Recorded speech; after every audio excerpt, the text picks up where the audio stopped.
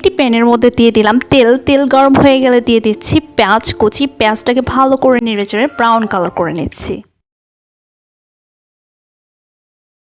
Brown colour হয়ে গেলে দিয়ে দিচ্ছি পরিমাণ মতো পানি, স্বাদ মতো লবণ, পরিমাণ মতো হলুদের গুঁড়ো, পরিমাণ মতো মরিচের গুঁড়ো দিয়ে বেশ ভালো করে নেড়েচেড়ে কষিয়ে নিচ্ছি।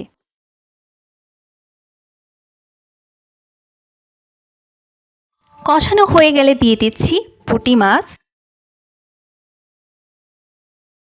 মাছগুলো দিয়ে আবারও বেশ ভালো করে নেড়েচেড়ে কষিয়ে নেব বেশ কিছুক্ষণ সময়ের জন্য।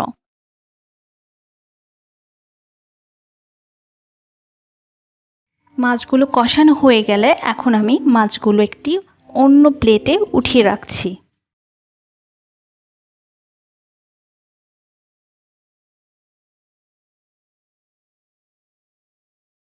মাছগুলো উঠিয়ে সেই মশলার মধ্যে দিয়ে দিচ্ছি শিম। শিমগুলো দিয়ে বেশ ভালো করে নেড়েচেড়ে নিচ্ছি। নাড়াচাড়া হয়ে গেলে দিয়ে দিচ্ছি ঢাকনা অল্প কিছুক্ষণ সময়ের জন্য।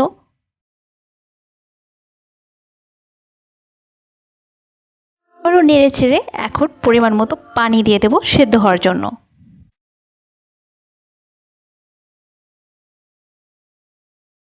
ঢাকনা দিয়ে দিলাম। বেশ কিছুক্ষণ পর ঢাকনা খুলে শিমটাকে নেড়েচেড়ে নিচ্ছি। শিমটা যখন 50% সেদ্ধ হয়ে যাবে সেই মুহূর্তে আমি মাছগুলো আবারও এর উপরে ছড়িয়ে দিচ্ছি।